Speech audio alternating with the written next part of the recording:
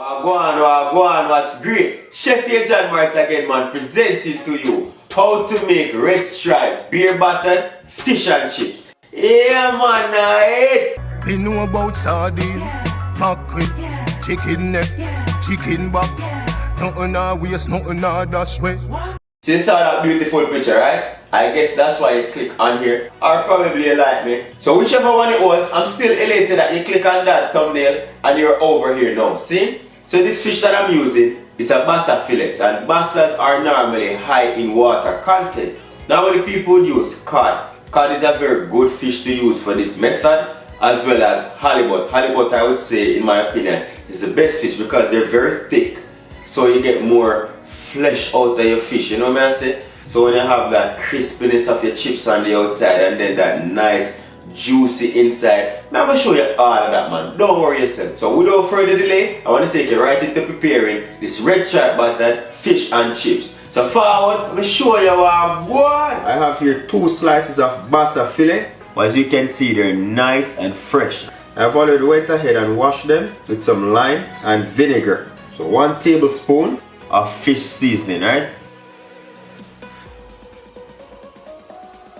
And to fry them, you have to use cornstarch so that they don't become so soggy after they're fried, right?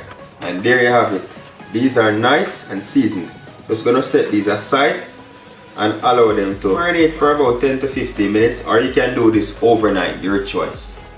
So we're gonna make the beer batter now, right? We're gonna go in with 1 cup of all-purpose plain flour, 1 tablespoon of cornstarch, ½ teaspoon of salt and pepper mix, 1 tablespoon of Clubhouse piri piri, and this is what the piri piri looks like.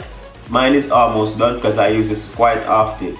So this is a mixture of lime, chili pepper, onions and garlic, and it's very nice on fish, right? And 1 tablespoon of baking powder. This helps to keep our batter light and fluffy. I'm gonna add that straight into our flour and mix that in. And of course, we're gonna go in with the original red stripe beer, Jamaican thing. You know the thing go down. Just gonna add that gradually while mixing. This beer is 330 milliliters. We're gonna use up 300 milliliters of the beer. So we leave about this much red stripe in the bottle. We don't use all of it. Now we try out the thing though. And that's the thickness that you want. Not too thick, not too thin.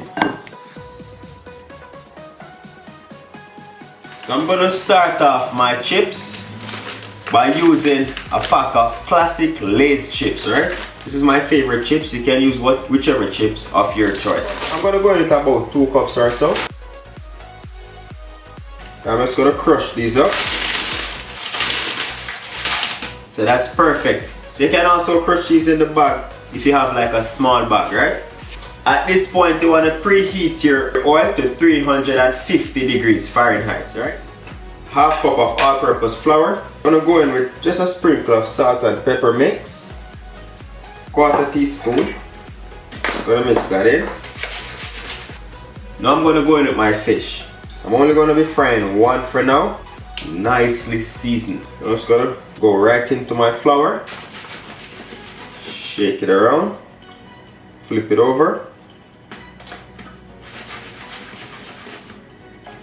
Ensure that the fish is fully coated with that flour. Top off the excess flour. And I'm gonna go in straight into my beer batter. Flip that over. Coat it all the way to the tail. Ensuring you get all the sides, right? And what the flour does is to help the batter to stick onto the fish easily.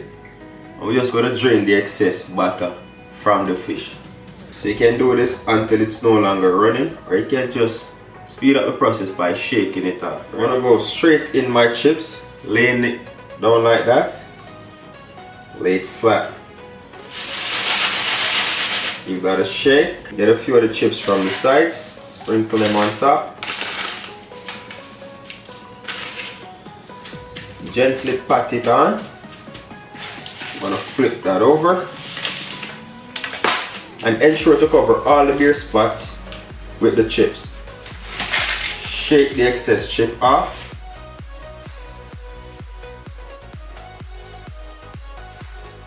Set down one side in the fryer like that and slowly drop it away from you. And note I didn't have the basket up while I was frying. I had the basket submerged in the oil so that the fish doesn't stick to the basket while frying. And you can do the same thing in a regular frying pan at home. You just have to ensure that you have enough oil, about 2.5 cups of oil, just so it covers the fish when you're frying it. And you use a thermometer to check the temperature of your oil.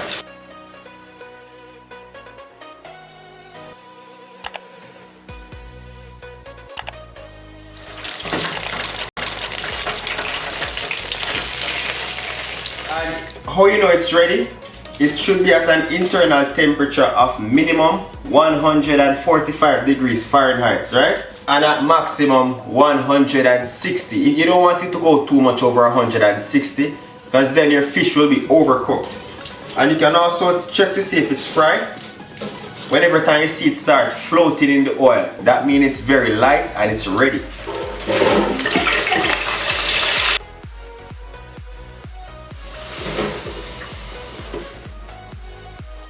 Gonna serve that up with some homemade coleslaw,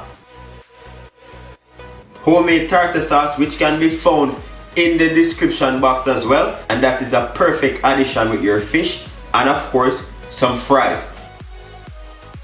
And there you have it, how to prepare red stripe battered fish and chips here on Morris Time Cooking Ed. Once again, thank you very much for watching, and do remember to hit that subscribe button for more amazing videos like this. Until next time, safe travel upon the gravel and go and dig up on yourself.